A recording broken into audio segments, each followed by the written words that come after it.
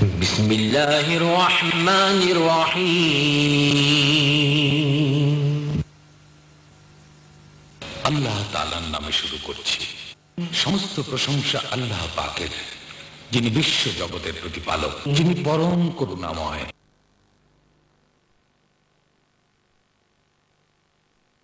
मुस्तफा खैरुल वरा तेरे जिया कोई नहीं या मुस्तफा खैरुल वरा तेरे जिया कोई नहीं किन्नू कमा तेरे जिया।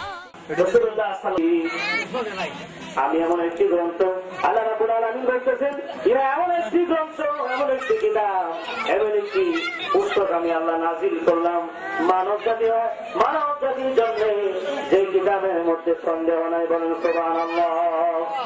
ভুল নাই, সন্দেহ নাই। বলেন সুবহানাল্লাহ। আমরা জানি প্রত্যেকটা রাইটারের বই লেখার পরে, প্রত্যেকটা লেখকের তার বই লেখার পরে নিজের দুর্বলতা প্রকাশ করে বলে, আমি তো মানুষ, আমার ভুল হতে পারে, আমার লেখার মধ্যে ভুল হইতে পারে।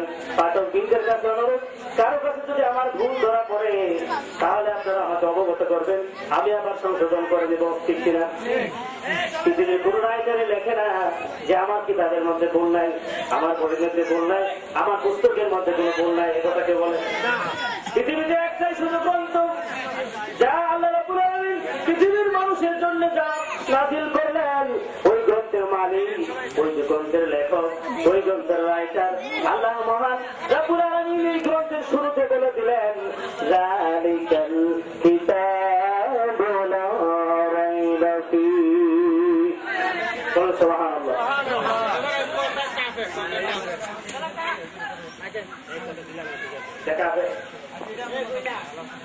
এটা এমন একটি গ্রন্থ, আল্লাহ রাব্বুল আলামিন বিশ্ববাসীর জন্য, মানুষের মনে যেন সন্দেহ না লাগে, এই জন্য আল্লাহ রাব্বুল আলামিন কোরআনের শুরুতে লিখে দিলেন, যালিকাল কিতাবু লা রাইবা ফীহ।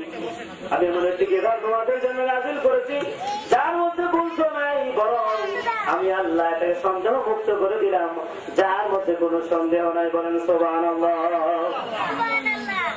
আমরা এমন একটি কিতাব আমরা বলেছি, এমন একটি কিতাব আমরা মানি, যার মধ্যে কোনো ভুল নাই।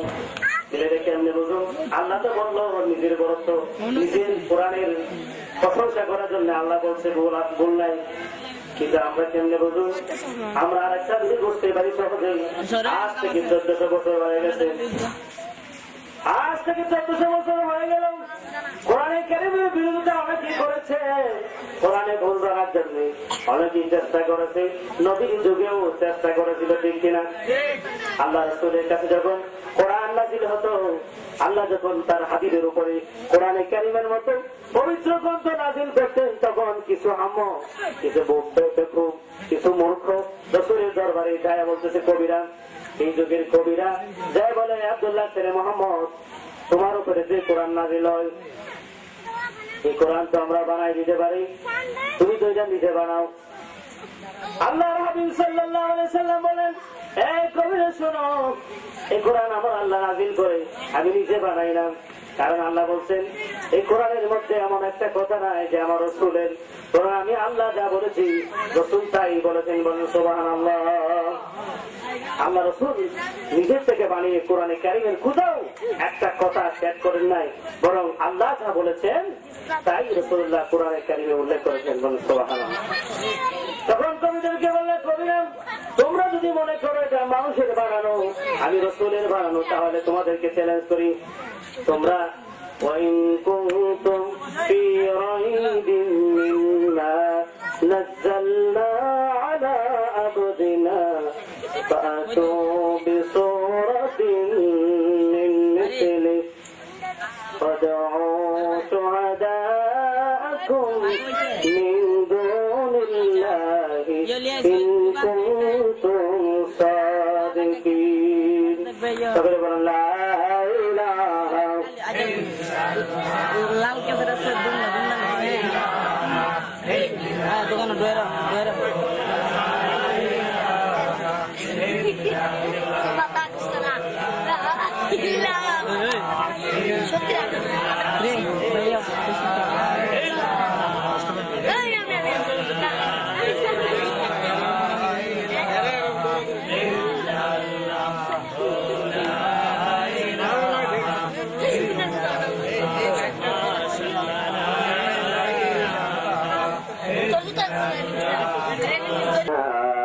شفيع المذنبين الصلاة والسلام عليك يا رحمة للعالمين الحمد لله الذي جعل الشمس والقمر بحسبان والنجم والشجر يسجدان وفضل زمانا على زمان كما فضل مكانا على مكان وإنسانا على إنسان أشهد أن لا إله إلا الله وحده لا شريك له ونشهد أن محمدا عبده ورسوله شكر আমার সাথে সাথে মহব্বত বলুন أعوذ بالله من الشيطان الرجيم بسم الله الرحمن الرحيم يا أيها الذين آمنوا ادخلوا في السلم كافة صدق الله العلي العظيم وصدق رسوله النبي الحبيب الكريم قال النبي صلى الله عليه وسلم من سلم المسلمون من لسانه ويده একটা জবান বন্ধ রাখবেন না চিৎকার মেরে বলেন সুবহানাল্লাহ আর মায়ার সরে বলেন ইয়া রাসূলুল্লাহ উচ্চ আওয়াজে বলেন ইয়া ওয়ালি আল্লাহ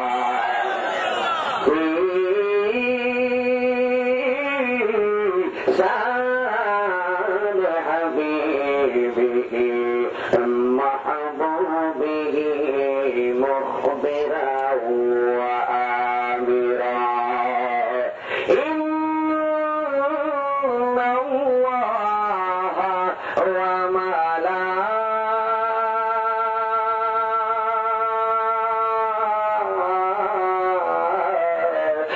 মালাইকাতুহু يصلون على النبي يا أيها الذين آمنوا صلوا عليه وسلموا تسليما اللهم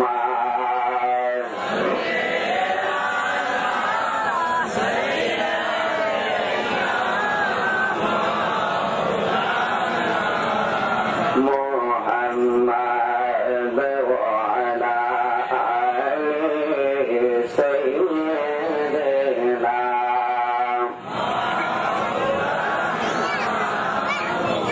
আরো মায়ের সুরে মোহাম্মদ রবি আল্লাহুম্মা সাল্লি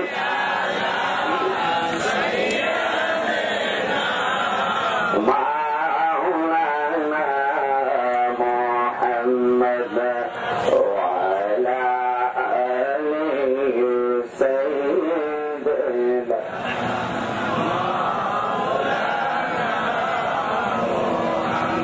বাতি চারা মাটির ঘরে সাদের দেহ থাকবে পড়ে সাদা কাপড় ছাড়া দেহ কিছুই রবে না রে কিছুই রবে ঠিক না বেশি বাতি চারা মাটির ঘরে সাদার দেহ থাকবে পরে সাদা কাপন ছাড়া দেহ কিছু রবে না রে কিছু রবে না এ যারে জোরে বাহাদুরি এ পাপে বড়া সঞ্চতুরি যারে জোরে বাহাদুরি এ পাপে বড়া সঞ্চতুরি মরণ মানে না রে মরণ মানে না আল্লাহুম্মা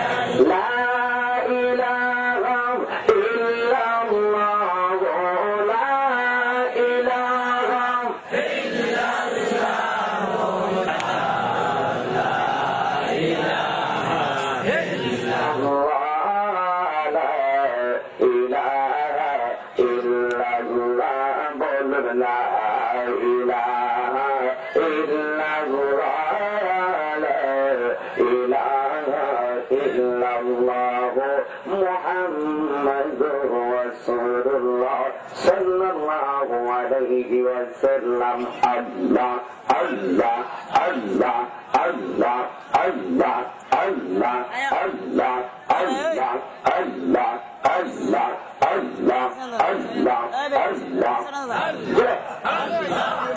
Everything that know the she say go. Ever my know the she say go. মদিনার শহরে মনরে একবার দেখা দুবার জীবনে মাশাআল্লাহ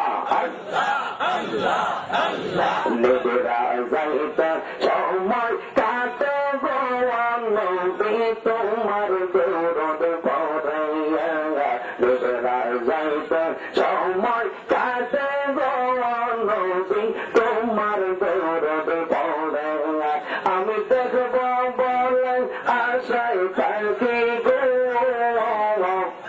আমি দেখব বলে আশায় থাকি গো স্বপনে তোমার বন্ধ করে একবার দেখা দিবে জীবন আল্লাহ মাশাআল্লাহ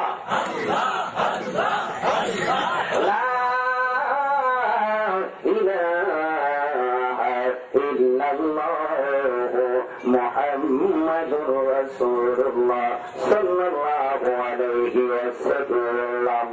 উপস্থিত অধ্যকার নাসিরনগর উপজেলাধীন দরিয়ারকুড়ি ইসলামী আদর্শ যুব সমাজের উদ্যোগে আয়োজিত দ্বিতীয় বার্ষিক সুন্নি মহাসম্মেলনের সম্মানিত সভাপতি পীর তরিকত रहनुमाए শরীয়ত औलाद रसूल हजरतुल अल्लाम আমার শ্রদ্ধাভাজন সদ্য জামাতের চন্দ্র প্রহরী সৈয়দ জুবাইর কামাল সাহেব খান্দরা হাবিল দরবার শরীফ সহসভাপতি হিসেবে আছেন চয়ারকুড়ি গ্রামের অনবদ্য ব্যক্তিত্ব হাজী মোহাম্মদ ইবন মিয়া সাহেব সহ ইতিমধ্যে আমার পরে যিনি স্টেজে আসতেছেন বিশেষ আকর্ষণ আজকের মাহফিলের প্রখ্যাত আলেম দ্বীন হযরতুল আল্লামা মাওলানা ইলিয়াস বিয়া নিজামী আল কাদরি সাহেব মৌলানা শফিকুল ইসলাম আল কাদরি সাহেব প্রলাদান সহ মুবাল্লিগিন উলামায়ে কেরাম উলামায়ে আহলে সুন্নাহ দূর দূরান্ত থেকে আগত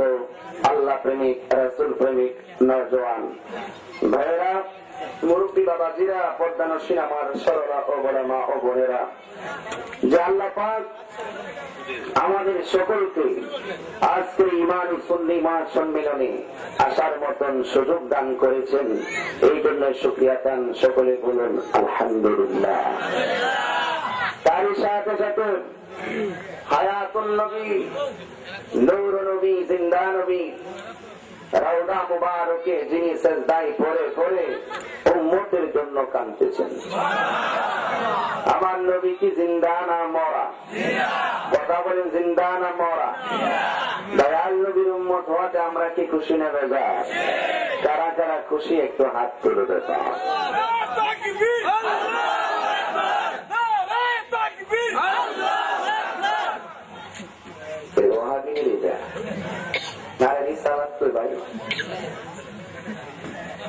মানে সময় অল্প, কারণ যেটা আমার আর একটা মাহফিল আছে, মাগরিবের পরে মাইক ধরার কথা বইলা ঢাকা দাওয়াত রাখছি, এরপরে কমিটিদের চিল্লা চিল্লির কারণে আমি আস্তে আস্তে একটু পরে আসছি, কারণ মাগরিবের পরে মাইক ধরলে এটা বেমানান দেখা যায়।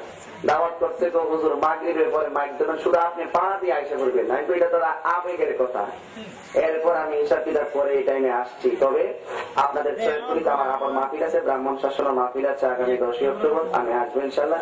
তবে আপনাদের কাছে আমার অনুরোধ রইল, আমি ঘড়ি কাটা ধরে 1 ঘন্টাই কথা বলবো, কিন্তু মূল কিছু কথা বলবো। আপনারা কি থাকবেন নাকি চলে যাবেন? আশা করবেন থাকবেন না চলে যাবেন? নারায়ে তাকবীর যেখানে থাকবে নারায়ে রিসালাত থাকতে হবে। নারায়ে তাকবীর যদি কিয়ামত পর্যন্ত বলতে বলতে যায় আর নাকটারে খাটোতে লাগায় কবরে যা, আল্লাহ বলবে নারায়ে তাকবীর আমার দরকার নাই, কারণ রিসালাতের কারণে আমি তাওহীদে আমরা আল্লাহ পাকের জাতকে প্রকাশ করেছি। এই জন্য নারায়ে তাকবীর যেখানে সেখানে রাসূলের নাম নিতে হবে। কথা কোন ঠিক না? আজানে আমার আল্লাহর নামের পাশে নবীর নাম আছে না নাই? কিতামাতে আছে না নাই? আরশ আজিমের চৌকাঠে আল্লাহ নামের পাশে নবীর নাম আছে না নাই? নূরদের চোখের মনির ভিতরে এক পাশে আল্লাহ, এক পাশে নবীর নাম আছে না নাই? তাহলে এই সোয়ের কি থাকতো না? এই জন্য নারায়ে তাকবীর, নারায়ে রিসালাত, নারায়ে গাউসিয়্যা, মেরে নবী জাকাতে, জিন্দা নবী জাকাতে, থাকতে চাই কি চাই না। এই জন্য আমি আপনাদের সামনে একটি আয়াত মুবারক তেলাওয়াত করেছি। এই আয়াতটা যদিও আকার ইঙ্গিতে ছোট, কিন্তু এই আয়াতটার মর্ম অনেক ব্যাপক। আল্লাহর হাবিব বলেছেন, পৃথিবীতে এমন একটা সময় আসবে জ্বলন্ত আঙ্গারকে হাতে রাখলে যেমন কষ্ট হবে, তার চাইতে কোটি গুণ বেশি কষ্ট হবে ঈমান রাখতে। সকালবেলা মিষ্টি কথার দ্বারা ঈমান পয়দা হবে, সূর্য ডোবার আগে আবার মিষ্টি কথার দ্বারা ঈমান চলে যাবে। তাইলে বোঝা গেল একই কথার দ্বারা ঈমান পয়দা হবে, আর একই কথার দ্বারা আবার ঈমান চলে যাবে। তাইলে বোঝা গেল জীবনটা বড় ডেঞ্জারাস এবং অনেক কষ্টের বিষয়। দেখবেন অনেকে পাগড়ি টুপি দাড়ি লাগাইছে, আমাদের মধ্যে এসে বলতেছে হ্যাঁ এটা এমনি কইও, আবার আমরা বুঝাচ্ছি যে এটা এমনি বইল। এখন আমার কথার দ্বারা ইমানদার দিচ্ছেন, হেগের কথার দ্বারা বেমান হয়ে গেছেন। তাইলে এমন একটা সময়ের কথা আমার রাসূল 1450 বছর আগে বলে দিয়ে গেছেন। কিভাবে? কারণ আমার নবী হলো গায়েবের খবর দেয় নেওয়ালা। আরো বড় করে বলেন না সুবহানাল্লাহ। তাইলে এই জন্য আমরা যারা আছি, আমরা রাসূলের পথে মরতে চাই, রাসূলের পথেই থাকতে চাই। কথা বলেন ঠিক না? এই জন্য আপনারা সবাই অত্যন্ত নম্র ভদ্রতার সাথে আমাকে 1 ঘন্টার সময় দেন। আমি আশুগঞ্জ আজকে বরকল্লা মাহফিল আছে, এখানে চেয়ারম্যান সবাই অপেক্ষা করবেন, আমাকে চলে দিতে হবে। এই জন্য আপনারা সবাই মহব্বতে দূরত করেন, আমি সরাসরি আলোচনায় চলে যাবো। আল্লাহুম্মা সাল্লি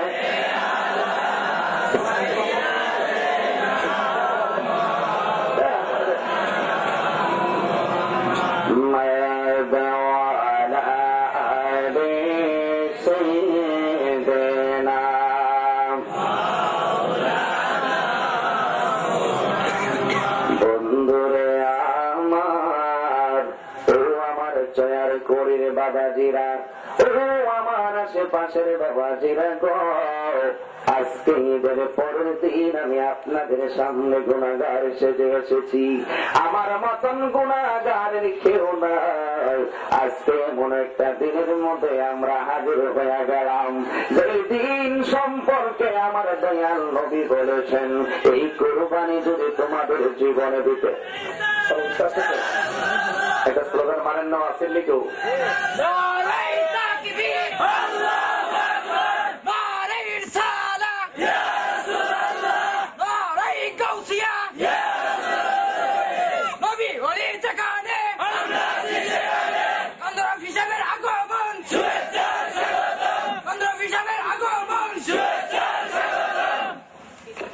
বুঝছে না?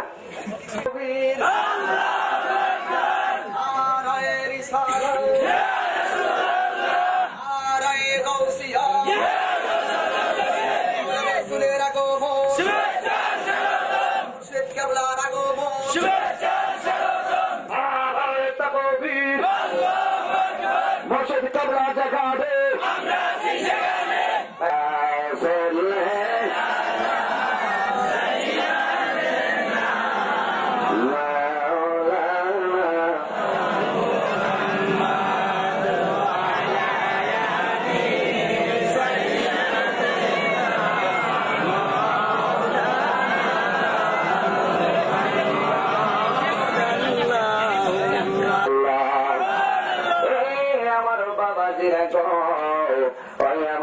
শ্রীনগরের প্রত্যন্ত এবং আল্লাহ পাকের রব্বুল আলামিনের দরবারে লাখ কোটি শুকরিয়া।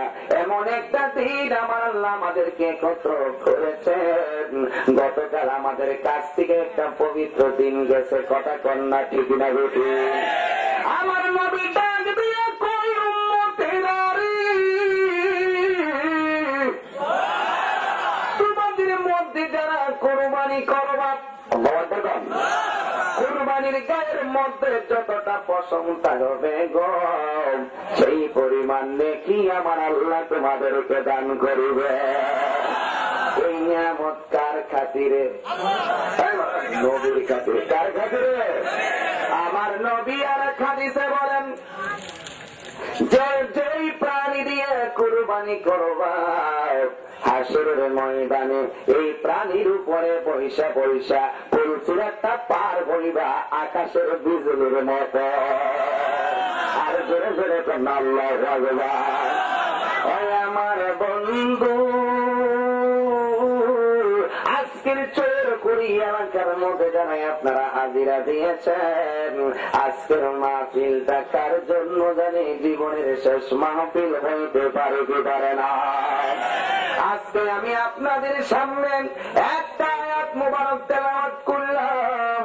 আমার আল্লাহ কোরআনে বলেন ইয়া আইয়ুহাল্লাযীনা আমানু, আমার আল্লাহ মুনাফিকদের ডাক দেয় নাই, আমার আল্লাহ মুশরিকদের ডাক দেয় নাই, আমার আল্লাহ ফাসিকদের ডাক দেয় নাই, আমার আল্লাহ কাযযাবদের ডাক দেয় নাই, আমার আল্লাহ মুনাফিকদের ডাক দেয় নাই। আমার আল্লাহ একটা গোষ্ঠীর ডাক দিয়ে বললেন ইয়া আইয়ুহাল্লাযীনা আমানু, ও আমার পাগল ঈমানদাররা। ওই ঈমানদার হইতে চাই কি চাই না? আমার আল্লাহ ডাক দিয়ে কয় ইয়া আইয়ুহাল্লাযীনা আমানু, হে ঈমানদারগণ, উদখুলু, তোমরা প্রবেশ করো। আল্লাহরে যদি ডাক দিয়ে কই আল্লাহ আমরা কি ঘরে ঢুকবো নাকি গর্তে ঢুকবো? আমার আল্লাহ কই ঘরের মধ্যে ঢুকলেও শান্তি পাইবা না, গর্তের মধ্যে ঢুকলে শান্তি পাইবা না, একটা মাত্র পথের মধ্যে ঢুকলে শান্তি পাইবা। এই পথের নাম হলো সিলমে, সিলমুন মানে ইসলাম। আমার আল্লাহ কই ইসলামের মধ্যে তোমরা প্রবেশ করো। কাপ্পা মানে পরিপূর্ণ ভাবে চিৎকার মেরে বলেন সুবহানাল্লাহ। তাইলে বোঝা গেল অর্ধেক নবীরে মানলাম, অর্ধেক নবীরে মানলাম না, তাইলে তুমি পরিপূর্ণ হইতে পারলাম না। 100% নবী পাকের হাকিকতকে সর্বগুণে জেনে যে মানতে পারবে সেই হইল পরিপূর্ণ মুমিন। করে বলেন সুবহান। আমি কই না মনের কথা কই না, আমি মনের কথা কই না, তার কাছে বলিব দুঃখ, কার কাছে বলিব দরদি মিলে না।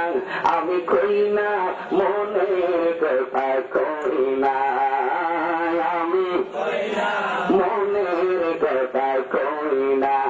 আমি জানি মুর্শিদ বিন, আমি জানি মুর্শিদ বিন, আমি জানি মুর্শিদি বিন রাসূল তো মিলে না, আমি কই না মনের কথা কই না, আমি মনের কথা কই না, একটা জবান বন্ধ রাখেন না, চিৎকার মেরে বলেন সুবহানাল্লাহ। আপনারা জানেন আল্লাহ এবং রাসূলের পথে থাকলে শত্রু থাকবো, কথা কোন ঠিক না? ইমাম হাসান হুসাইনের বিরুদ্ধে শত্রু ছিল কিনা? হযরত আলীর বিরুদ্ধে শত্রু ছিল কিনা? এই শত্রু থাকা নতুন জিনিস না। আমি গুনাহগার গিয়াসউদ্দিন আত-তাহিরির অনেকেই বলেন যে হুজুর তাদেরকে কিছু বললেন না, আপনার ওয়াজ আপনি ওয়াজ করেন, কিন্তু আমি আমার ওয়াজ করতে পারবো না। আমি তো আমার নিজের বাপ দাদার ওয়াজ করি না, আমি এমন একটা পথের সন্ধান দেওয়ার চেষ্টা করি যেই পথের কথাই আমার আল্লাহ বলেছে। আজকে এই বাংলার জনগণ যেই সমস্ত হকপন্থীরা ছিল, যেই ব্যক্তি সকল বাতিলদের মুখোশকে উন্মোচন করেছিল, সে আল্লামা শহীদ শেখ নুরুল ইসলাম ফারুকী সাহেব মিডিয়ার মধ্যে যখন তিনি হক কথা বলতেন, তার হক কথার কণ্ঠকে রুদ্ধ করার জন্য এক প্রকার বাতিল মুনাফিক কুচক্রী মহল তার গলার মধ্যে ছুরি চালিয়ে দিয়েছে, তখন ঠিক ছিল। তাই বলে এই বাতিলরা তোমরা জানো আল্লামা ফারুকীর গলার মধ্যে ছুরি চালিয়ে ওনাকে শহীদ করেছে। ওনার গলা থেকে যতটা রক্তের ফুটা চলেছে, প্রত্যেকটা রক্তের ফুটা থেকে কোটি কোটি ফারুকীর জন্ম হয়েছে। ঠিক কিনা? তোমরা মনে করছো আমার ফারুকী দাফন হয়েছে? বাতিল নিচ থেকে যেন আরো কোটি ফারুকীর জন্ম তোমরা দেখবে ইনশাআল্লাহ। বলেন ঠিক কিনা? বলে তার বলি কি বাতিলের ভয়ে কি হক কথা ছেড়ে দিবেন? আমার পক্ষে কারা কারা আছেন, মুর্শিদের পক্ষে কাছে আছেন, হাত তুলে দেখান। আল্লাহু আকবার, আল্লাহু আকবার বলেন। তাই আমরা সেই পথে থাকতে চাই কি চাই না? আল্লাহ পাক বলছেন উদখুলু ফিস-সিলমি কাফা, ইসলামে ঢুকো। ইসলামে নুরুল ইসলাম ফারুকী হিসেবে শহীদের পরে আর জীবনকে তোয়াক্কা করি না, আরো নিজের জীবনটা আরো বেশি বেসামাল গতিতে ছেড়ে দিছি। আল্লামা ফারুকী সাহেব নিজের সবচেয়ে নিরাপদ জায়গা হলো তার ঘর। এই ঘরের ভিতরে ঢুকে যেহেতু বেঈমানরা জবাই করে ফেলছে, সে আর যাবে কোথায়? কথা বল ঠিক কিনা? বলে তবে নুরুল ইসলাম ফারুকী সাহেবের ভাগ্য অনেক ভালো যে তিনি শহীদের দরজা পেয়েছেন। না জানে জমার সময় কত কথা বলছে, কিন্তু তার ছেলে মেয়ে ভাতিজা সকলকে ছেড়ে সে অকালে একটা সাজানো বাগান থেকে চলে গিয়েছে। তো হাসরের মাঠে জবাব দিতে হবে, কথা বল ঠিক না? আমি জানি না র্যাব পুলিশ প্রশাসন, মেট্রোপলিটন পুলিশ সুপার কি করছে, দুনিয়ার প্রমাণ আমি চাই না। আল্লাহ তুমি তো জানো কে মারছে, তুমি গায়ে দেবে তাদেরকে শায়েস্তা করো, ঠিক না বেটি বাবা? তো কাফা বেলাল, হযরত বেলাল রাদিয়াল্লাহু তাআলা আনহু কেমন আল্লাহ ওয়ালা রাসূল ওয়ালা ছিলেন, যার হাতের মধ্যে এই যে গলার মধ্যে এমন ভাবে রশি লাগাইলো, হাতের মধ্যে রশি লাগাইলো, পায়ের মধ্যে রশি লাগাইলো, গলার রশিটা নিয়ে ঘোড়ার গলার মধ্যে লাগাইছে। ঘোড়াকে ওই বেঈমানরা বলছে চালা, সে তার মুখের মধ্যে একটা স্লোগান দেয়, সেই স্লোগানটা ছিল আহাদুন আহাদুন আল্লাহ আল্লাহ। এবার যখন সে আল্লাহ এবং রাসূলের প্রেমে এতই দেওয়ানা, তখন বেঈমানরা বলতেছে তাড়াতাড়ি এই পথ ছাইড়া দে। তখন বেলাল রাদিয়াল্লাহু তাআলা আনহু বলছেন যে আমি ছাড়বো কিভাবে, আমি তো সেই নামে মজা পাই। আমরা এত কষ্ট দিচ্ছি তারপর মজা পাও, তোমাদের কষ্টটা আমার গায়ে লাগে না? নবীর প্রেমিকের কি মরণের ভয় করে? আমার উস্তাদ আব্দুল সাত্তার হুজুরকে বলছিলাম যে হুজুর, মানুষ যখন শহীদ হয়, সাহাবারা যে জিহাদের ময়দানে গলা কাটতে না জানে কি কষ্ট করে। আমার উস্তাদ কই, আরে বিহু তুই বুঝছো তো, সাহাবারা যদিও তীরের আঘাত খায়, হুসাইন যদিও 70-72টা আঘাত খাইলো, কিন্তু তুই তো বুঝোস না রে বেকু, তারা জানোস তুই কেমন মৃত্যুবরণটা কি কেমন?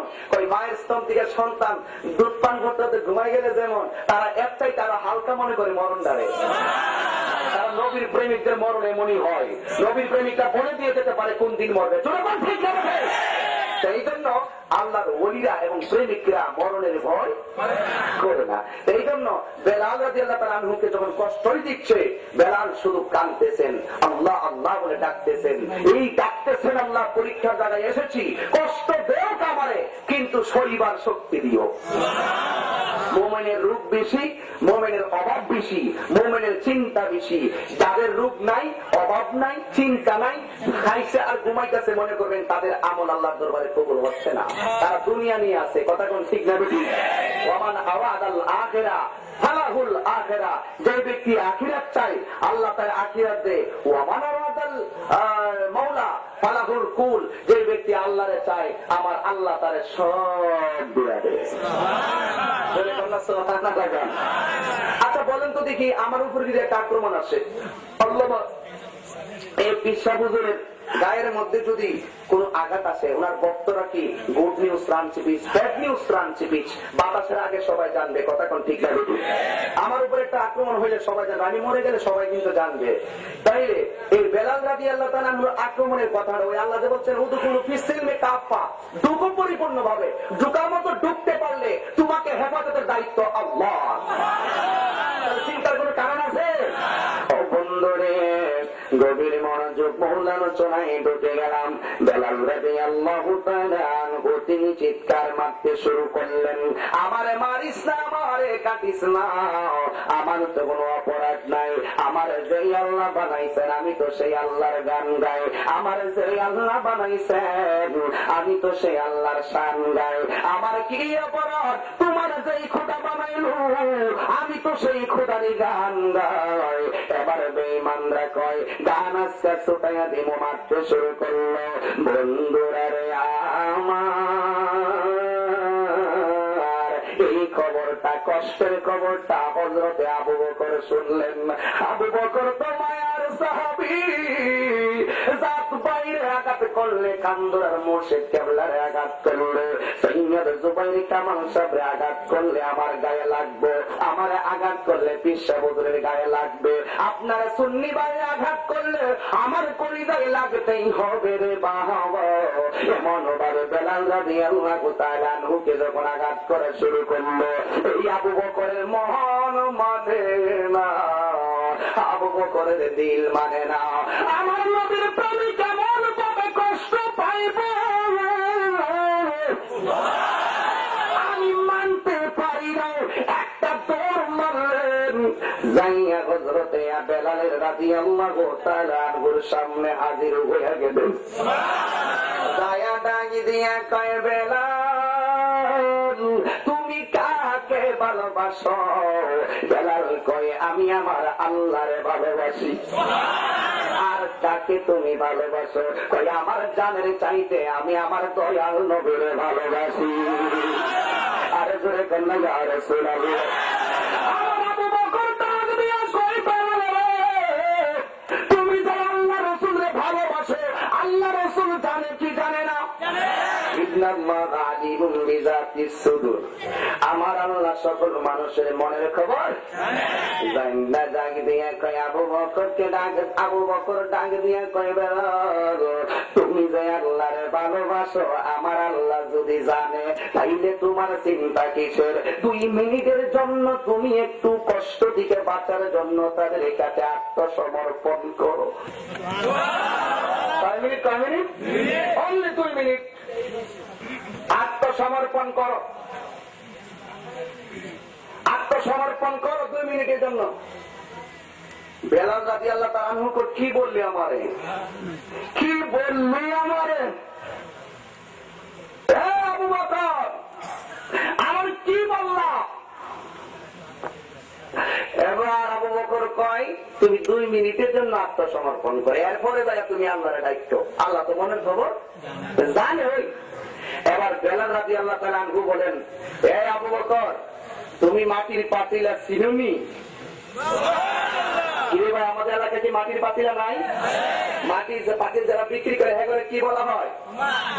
কুমার বলে কি না? কুমার বলে। তো মাটির পাতিল যখন কুমাররা নিয়ে আসে তখন এই মাটির পাতিল মা বোনেরা টুকা দিয়া দেখে পাতিলটা ভালো নাকি খারাপ। কথা কোন ঠিক লাগে? ফাটা হইলে হইলে কি কিনে বাদ দিয়া দে। আপনারা তো ফাতিলের খবর রাখেন না, ফুলামান বেড়াই টিকে আর এই ফাতিলের খবর রাখে। আমার মা তো সিরা সুসাদান দিয়া ইতা রাখে। কথা কোন ঠিক আছে? এই কথা কোন না ঠিক গামেরি? আমরা তো আসলে বাটলো আর লবণ বেশি হয়েছে, লবণ বেশি হুট করে খরা ধরে ডাক্তার ধরে আর ফাতিল ধরে বাড়িতে ভাঙ্গেলাম না পারেন বুঝুন বেলা। কথা কোন না ঠিক না বেরি? কিন্তু মা বোনরা কিন্তু এই সুসাদান প্লাস্টিকের বাঙ্গা বুঙ্গা দিয়া এইগুলা কিন্তু কিনে। হ্যাঁ, এবার বেলা জাতি আল্লাহ তাআলা কয় তুমি কি মাটির পাতিল চিনো? কয় চিনি। ফাটা হইলে কি কেউ কিনে? কয় না, কেউ কিনে না।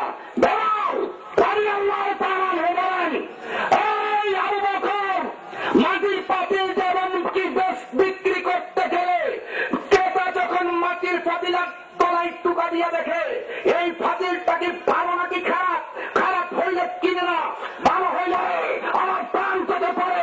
আমি আসতে এসেছি আল্লাহর প্রেমের বাজারে বিক্রি হওয়ার জন্য। আমাকে টুকা দিয়ে দেখতেছে, আমি আল্লাহ শুনতে ভালোবাসি কত। খুবই আসছে আমার 2 মিনিটের লাগা পরিপূর্ণভাবে ঢুকো।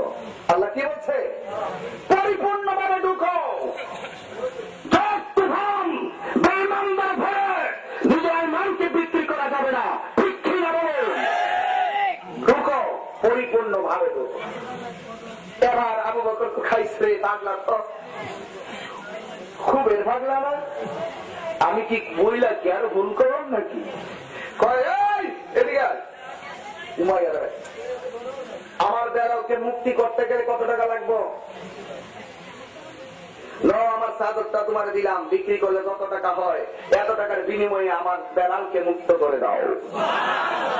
আর আমরা কইলাম হইলে ভাবিছে তার হিদি বেশি বাইরে গেছে, হ্যাঁ যে লেগেছে ভাবিছে চুড়াই আনতাম বাতি যার বুঝুক দে উদ্বাই লেগেছে নিগা।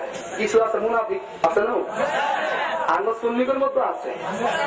এরপরে বড় কেন না কথা কেন না, কি রাগ করে না, রাগ করে না, আমি বাস্তব বুঝি। অনেকে আছে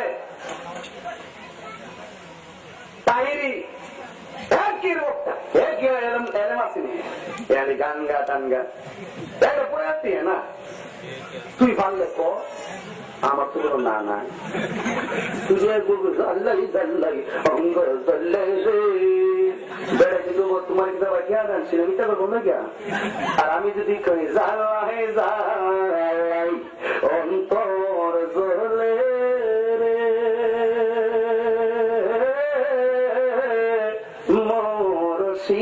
মুর্শিদে শোভে না পরাণে দয়াল রে, আর কত লাইয়া মারবা আমারে, আর কত লাইয়া মারবা আমারে। বেড়াল কই চালাও, যত পুরাও পুরাও, যত কাটাও কাটাও, কিন্তু সইবার ক্ষমতা দিও। আমার তো এই কতই বলক মানুষ মন্দ বলতে থাকো, আমাকে মৃত্যু এক পর্যন্ত রাসূলুল্লাহর শান গায়ে রাখতে দিও। কথা কম ঠিক না? এটাই যদি কন্টেনমেন্ট কনফিডেন্স হয় তাহলে আপনার নৌকা 7 বার ডুববে, 7 বার ভাসবে। সত্যের নৌকা 7 বার ডুবে 7 বার ভাসে, ও সত্যের নৌকা একবার ডুবলে আর ভাসে না। কথা কম ঠিক না? আমি বাংলা বুঝি, ইংলিশ বুঝি না। কথা কম ঠিক না? বলে সোজা কথা। যদি মানেন আলহামদুলিল্লাহ, না মানলে আপনার কথা আপনি ধরেন, প্রমাণ হবে আসরের ময়দানে। বেলাল নাও, এই চাদর বিক্রি করলে যত হবে, আমার ভাই আমার জাত ভাই, আমি যার পাগল বেলাল তার পাগল, তারা মুক্ত করে দাও। এই চাদরের লব্ধ মাল দিয়ে টাকা দিয়ে বেলালকে মুক্ত করে হযরতে আবু বকর নিয়ে গেলেন। জীবনে কত পাগল দেখলাম, এমন পাগল দেখি নাই। নেন আপনার দরবারে নিয়ে আসছি। আচ্ছা বলুন তো দেখি, আশেক যখন কষ্ট পায় মাসুক জানে কি জানে না? মাসুকের ভিতরে ডঙ্কা বাজে কিনা? আমার শরমের কথা না, একটা বাংলা কথা বইলা বিনিময়ে বলাটা যদিও ঠিক না। হ্যাঁ, আমার ওয়াইফ এটা আমাদের স্টেজের কথা না ঘরের কথা বলবো? আচ্ছা, আমার ওয়াইফ আমাকে বলতেছে যে আপনাকে এত মনে পড়ে গেলে, মানে বাস্তব পারিবারিক একটা কথা। আমি বলছি আমাকে এত মনে পড়ে এই জন্য, আমি যে তোমাকে মনে করিনি সেই জন্য। কেন? এটা বাস্তব কথা। যে যাকে ভালোবাসবে তাকে যখন স্মরণ করবে তার হৃদয়ের মধ্যে তার মনের কথা, ভালোবাসার কথা ডঙ্কা বাজবে। কথা কোন ঠিক হবে? এই জন্য আশেক যখন কষ্ট পায় মাসুকের ভিতরে ডঙ্কা বাজে, মুরিদ যখন কোন কষ্ট পায় মুর্শিদের মনের ভিতরে সেই কষ্টের গানি মুর্শিদও জানতে পারে। কথা কোন ঠিক বেড়েছে? আল্লাহর হাবিব বলছেন ওমান আরাদাল মাওলা ফালাহুল কুল, যে ব্যক্তি আল্লাহর হয়ে যায় সকল সুখ দুঃখ দেখার অধিকারী সে হয়ে যায়। দলিল আছে কি বলেন? আছে কিনা বলেন? এবার বেলালকে নবীর কাছে নিয়ে গেলেন। আল্লাহ বলছেন উদখুলু ফিস সিলমি কাফা, ঢুকো পরিপূর্ণ ভাবে। এই বেলাল ঢুকছে পরিপূর্ণ ভাবে। আচ্ছা বলুন তো দেখি, বেঈমান কর্তৃক বেলালের নির্যাতন তখন পেল যখন আবু বকর সিদ্দিক বেলাল রাদিয়াল্লাহু তাআলা আনহুকে নবীর কাছে নিয়ে গেল। নবী বললেন বেলাল তোমাকে যতটা আঘাত করেছে প্রত্যেকটা আঘাতের কথা আমি নবী বলতে পারি, এজন্য আমি তোমার প্রতি রাজি হয়ে গেলাম। যাও যাও, আমি তোমার মসজিদের মুয়াজ্জিন বানাইলাম, তুমি আযান দাও। বেলাল কে ইয়া রাসূলুল্লাহ আমি কোথায় দাঁড়িয়ে আযান দেব? আমার নবী বলেন একটু উঁচু জায়গায় দাঁড়িয়ে তুমি আযান দাও। আচ্ছা বলুন তো দেখি, বেলাল যে কষ্ট পাইলো, কষ্ট পাওয়ার কারণে কি বেলালের মর্যাদা বাড়ছে না কমছে? এই দেখছেন বাইরে গেছে স্বয়ং রাহমাতুল লিল আলামিন মসজিদের মুয়াজ্জিন বানায় দিবে। সর্বনাশ! যখন মদিনাওয়ালা রাজি থাকে সারা পৃথিবী তার গোলাম বানায় দেয়। আপনার পিছনে আপনি শত্রুতাই করতে পারবেন, আপনি শুধু বিরুদ্ধবাদিতাই করতে পারবেন, আমি শুধু বিরুদ্ধবাদিতাই করতে পারবো। আমি বলতে পারবো জুবাইর কামাল সাহেব এই সমস্যা ইটা ইটা ওইটা অনেক গালাগালি করতে পারবো, কিন্তু দেখা গেল যে আমি যে গালাগালি করলাম, আমি যেখানে বসে গালাগালি করলাম এখানে থেকে গেলাম, আর আল্লাহ জুবাইর কামাল সাহেব হুজুরকে এমন এক জায়গায় তুলে নিয়ে গেছেন যেখানে আমি 100 বছর কাটতে যাইতে পারবো না। তাই আমার দরকার কি সমালোচনা করার? কথা কোন ঠিক হবে?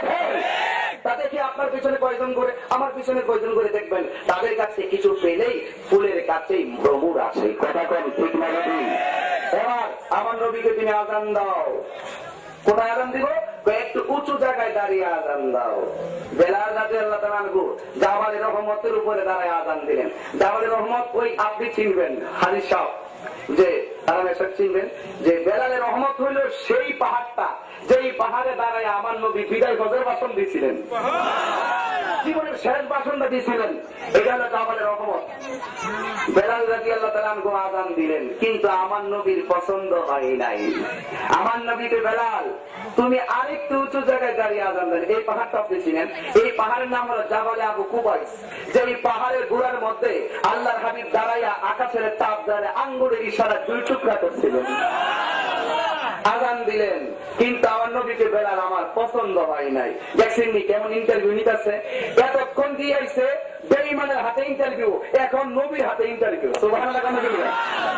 বেঈমানের ইন্টারভিউ রহমত তার জন্য, আর নবীর পাশে নবীর কাছে রহমত সারা জাহানের জন্য। সকল বিশ্বকে শিক্ষা দিচ্ছেন আমার নবী।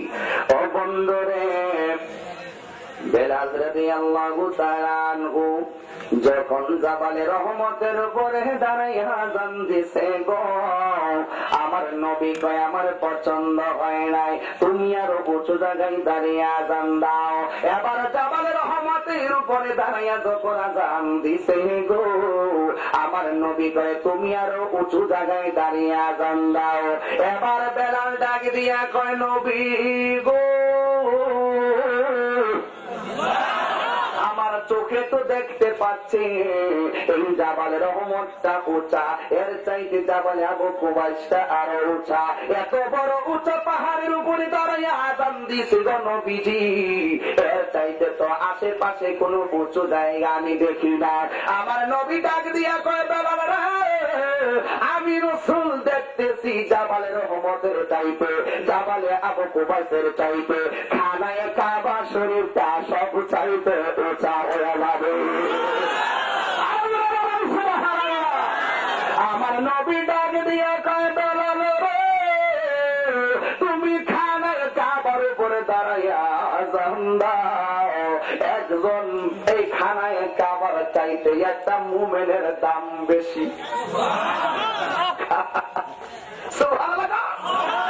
খালে কাবার চাইতে একজন মুমিনের দাম বেশি, হাদিস শরীফ আছে। আল্লাহ পাকের বাণী বলে গেছে এমন নবীরে মানলে এত দাম বাড়ায় দেয় আল্লাহ। খানায় কাবা কার ঘর? নবীর বাহাদুরি, আল্লাহ তোমার খানায় কাবার চাইতে আমার মুমিনের দাম বেশি। এটা হলো নবীর কারিশমা। আল্লাহ পাকের নাম আমার আলাদা মাওলা ফালাহুল কুল। যখন তুমি আল্লাহ রাসূলের হয়ে যাবে সারা পৃথিবী তোমার পিছনে পিছনে ঘুরবে। ইয়া রাসূলুল্লাহ, এই খানায় কাবা উঠা হইলে কি হইছে? সকল মানুষের কিবলা হইল এটা, হ্যাঁ সকল সাহাবীদের কিবলা এটা। এটার উপর আমি তারা আযান দেব, আস্তাগফিরুল্লাহ, বিয়াদবি হবে। ইয়া রাসূলুল্লাহ, আমি পারতাম না, আমার নবীকে বেলাল ভুলে যেও না। তোমার যিনি মুয়াজ্জিন বানাইছেন ইনি কিন্তু সাধারণ না, ইনি অসাধারণ। তোমার যিনি মুয়াজ্জিন বানাইছেন তিনি সকল পৃথিবীর সকল সৃষ্টির চাইতে শ্রেষ্ঠ যোগ্য ব্যক্তি। আর আমি একজন যোগ্য ব্যক্তি তোমাকে আদেশ করতেছে, আমার উপরে আদেশদাতা আর কেউ নাই। আমি বলছি তুমি আযান দাও। হায় হায় হায় হায় ইয়া রাসূলুল্লাহ, আমি আযান দিতাম কাবার উপরে, আমার পা দিয়ে কাঁপতেছে, আমার পা দিয়ে কাঁপতেছে। নবী যাও আযান দাও। ইয়া রাসূলুল্লাহ, আপনি তো অর্ডার করছিলেন কাবারে আমি কিবলা বানাইতাম, কাবার দিকে ফিরে আমি আযান দিতাম। যদি আমি কাবার উপরে উঠতে যাই তাহলে আমি কিবলা বানাবো কারে? আমার নবী কই কোটি কোটি মানুষের কাবাকে তোমার পায়ের নিচ, মানুষের কাবাকে পায়ের নিচে রাখিয়া আমি রাসূলকে কাবা বানাইয়া আযান দাও। নবী কাবারও কাবারও, বুঝতে পেরেছেন আমার কথা? এবার আযান দিছে। আযান দেওয়ার পরে কিছু লোক আছে মুনাফিক, কি আছে? কি কি মুয়াজ্জিন বানাইছেন যে আপনার নাম নেওয়ার সময় আশহাদুরে আশহাদু কয়, সিনেরে সিন কয়। আপনি জানেন না শুনেন না এমন মুয়াজ্জিন কি লেগে বানাইছেন যে আপনি উচ্চারণ করতে পারে না? কেউ দেখবেন মুসল্লি আছে কিছু টাকাওয়ালা, মসজিদে গিয়ে পড়তেন নাকি করে নামাজ পড়ে মাসে একবার, দেখবেন ইমাম সাহেব ভুল দেওয়ার লেগে কিছু করে কথা করে ইমাম সাহেব প্রস্তাব করে দিলাক লোক হয়ে করে কাজ বিষয়ে গনে হুজুর আপনি করা কাজ গন নিয়ম 40টা আপনি দিচ্ছেন 40টা। ইমাম সাহেব মাশাআল্লাহ আপনি জীবন চুন রক্ত আমার পাও জীবন চুন ওখানে যে আল্লাহ আল্লাহ করতেন 42 ভাই মধ্যে কিছু জবাব পেয়ে নিলেন বলছেন নিও দাদা। তো কিছু লোক আছে মুয়াজ্জিন ইমাম সাহেব দোষ দেওয়ার লাগে পাগল আছে নিও। দেখেন নবী যারে মুয়াজ্জিন বানাইছে, নবীর চাইতে শ্রেষ্ঠ শিক্ষক বরিষ্ঠ মুআল্লিমান। আমি শিক্ষক হইয়া দুনিয়াতে আসছি। আর অনেক বয়াতে প্রায় নবী মিলে ভোট তুই ভাবতো না, জিব্রাইল করে আইসা নবীরে ভরা শিখাইছে। নামাজ মিলে করে কোনো মিলে যা কি যে অবস্থা হইব, নবীর কথা শুনলে চলিলা থাকে অন্তরটা। আরে কি জবাব দিবে? রোজ হাসতো রে রাসূলুল্লাহর সামনে, জবাব দিতে হবে কিনা বাবা? এবার এক লোকের এক নবী গো কি মুয়াজ্জিন বানাইছেন, সিনের সিন ক এবার দেন। এখন সিনের সিনের ব্যাখ্যা লিখছে যে কেন তিনি সিনের সিন বলতো, এই জন্য বলতো যে বেঈমানরা ওনাকে শাস্তি দিতে যাইয়া একটা ফেরা দিনারি এই দিকটা ঢুকাইছে, ঢুকাইবার কারণে এই জায়গাটা খাটো হয়ে গেছে পুইরা। এই জন্য উনি খাটো হওয়ার কারণে সিনের সিন করতো, উনি উচ্চারণ করতে পারতো না, মুখে লাগতো। এবার নবীজি